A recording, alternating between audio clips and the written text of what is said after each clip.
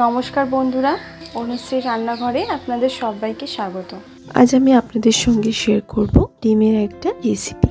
তবে এটা কিন্তু একটু অন্যরকম ভাবে আমি তৈরি করছি। ডিমের কারি আমি করব, তবে এটা ডিমের ভুজিয়া করে তারপর ডিমের ভুজিয়া গ্রেভি গরম গরম রুটি পরোটার সঙ্গে কিন্তু খেতে অসাধারণ লাগে। এই রেসিপিটি তৈরি করে খেয়ে দেখবেন, এত টেস্টফুল লাগে, ডিমের আর অন্য কোনো রেসিপি কিন্তু আর ভালো লাগবে না।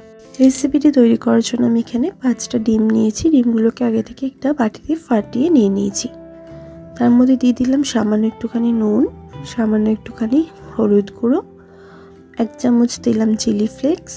এখানে ভালো করে একটা হ্যান্ড হুইস্কারের সাহায্যে আমি মিশিয়ে নিলাম। এরপর আরেকটা বাটিতে আমি নিয়ে নিচ্ছি 1/2 চামচ মতন হলুদ গুঁড়ো, 1 চামচ মতন কাশ্মীরি গুঁড়ো লঙ্কা আর 1/2 চামচ মতন ঝাল গুঁড়ো লঙ্কা, 1 চামচ পরিমাণে দিচ্ছি ধনের গুঁড়ো আর দেবো স্বাদ মতন নুন। গরম মশলা গুঁড়ো দিচ্ছি 1/2 চামচ আর দিচ্ছি 1 চামচ পরিমাণে কাসুরি মেথি।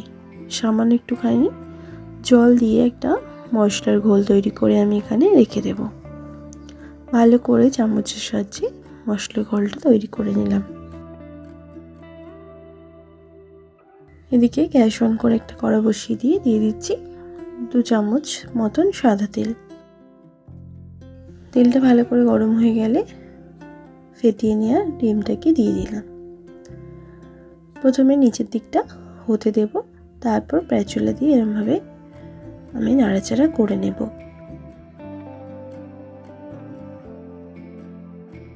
এরমভাবে নাড়াচাড়া করে আমি ডিমের ভুজিয়াটা কিন্তু তৈরি করে নেব। তবে এখানে ডিমের ভুজিয়াটা কিন্তু খুব কড়া করে ভাজবো না, একটু যাতে নরম নরম থাকে সেরকমভাবে এখানে ভেজে নেব। খুব বেশি কড়া করে এখানে আমি ভাজবো না, একটু ক্রিমি ক্রিমি টেক্সচার থাকবে সেরকমভাবেই কিন্তু ভেজে নেব।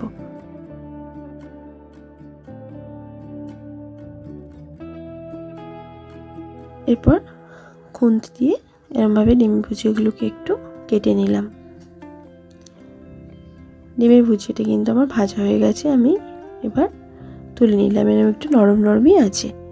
দিয়ে দিচ্ছি কড়াতে আর একটু পরিমাণে সাদা তেল। তেলটা গরম করে নিয়ে দিলাম একটা ছোট দারচিনির টুকরো, 1/2 চামচ পরিমাণে গোটা জিরে।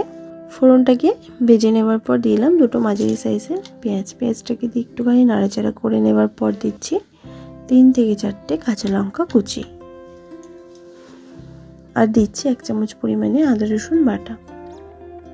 ভালো করে নাড়াচাড়া করে আদা রসুনটাকে দিয়ে একটু কষিয়ে নিয়েছি। এবার যে মশলার মিশ্রণটা তৈরি করে রেখেছিলাম সেই মশলাটাকে দিয়ে দিলাম, সাথে বাটিটাকে ধুয়ে একটু জলও দিয়ে দিলাম। ভালো করে এবার এই মশলাগুলোকে কষিয়ে নেব। মশলাটা একটু কষানো হয়ে যাওয়ার পর দিচ্ছি 2টো মাঝারি মাপের গ্রেট করে রাখা টমেটো। আপনারা চাইলে কিন্তু এখানে টমেটো পেস্টও ইউজ করতে পারেন। ভালো করে নাড়াচাড়া করে নেব। এখানে ঝাল আর নুনটা কিন্তু নিজেদের স্বাদ অনুযায়ী আপনারা দেবেন। ভালো করে মশলাটা কষিয়ে নিয়েছি। সাইড থেকে কিন্তু তেলও সেপারেট হতে শুরু করে দিয়েছে। দিয়ে দেবো 1 কাপ পরিমাণে জল। জলটাকে দিয়ে ভালো করে নাড়াচাড়া করে মিশিয়ে নিলাম। গ্রেভিটা ফুটে উঠতে শুরু করলে ভেজে রাখা ডিমের ভুজিয়াটা দিয়ে দিচ্ছি। ডিমের ভুজিয়াটা দিয়ে ভালো করে নাড়াচাড়া করে মিশিয়ে নেব।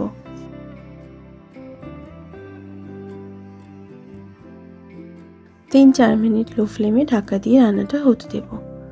3-4 মিনিট পর ঢাকাটা সরিয়ে নিলাম। দিয়ে দিচ্ছি সামান্য একটুখানি ধনেপাতা কুচি। এটা দারুণ সুন্দর কিন্তু গন্ধ বেরোতে শুরু করেছে। আর এই রেসিপিটি দেখতে যতটা সুন্দর লাগে খেতেও কিন্তু ততটাই ভালো লাগে। ভালো করে নাড়াচাড়া করে মিশিয়ে নিলাম। আমি গ্রেভিটা এরমই রাখবো। এবার গ্যাসের ফ্লেম বন্ধ করে 2 মিনিট ঢাকা দিয়ে আমি স্ট্যান্ডিং টাইমে রেখে দিচ্ছি। 2 মিনিট পর ঢাকাটা সরিয়ে নিচ্ছি। এবার গরম গরম আমি সার্ভ করে নেব।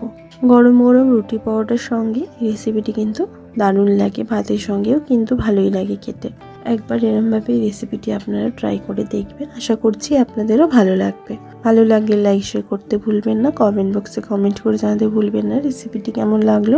ভালো থাকবেন, সুস্থ থাকবেন, ধন্যবাদ।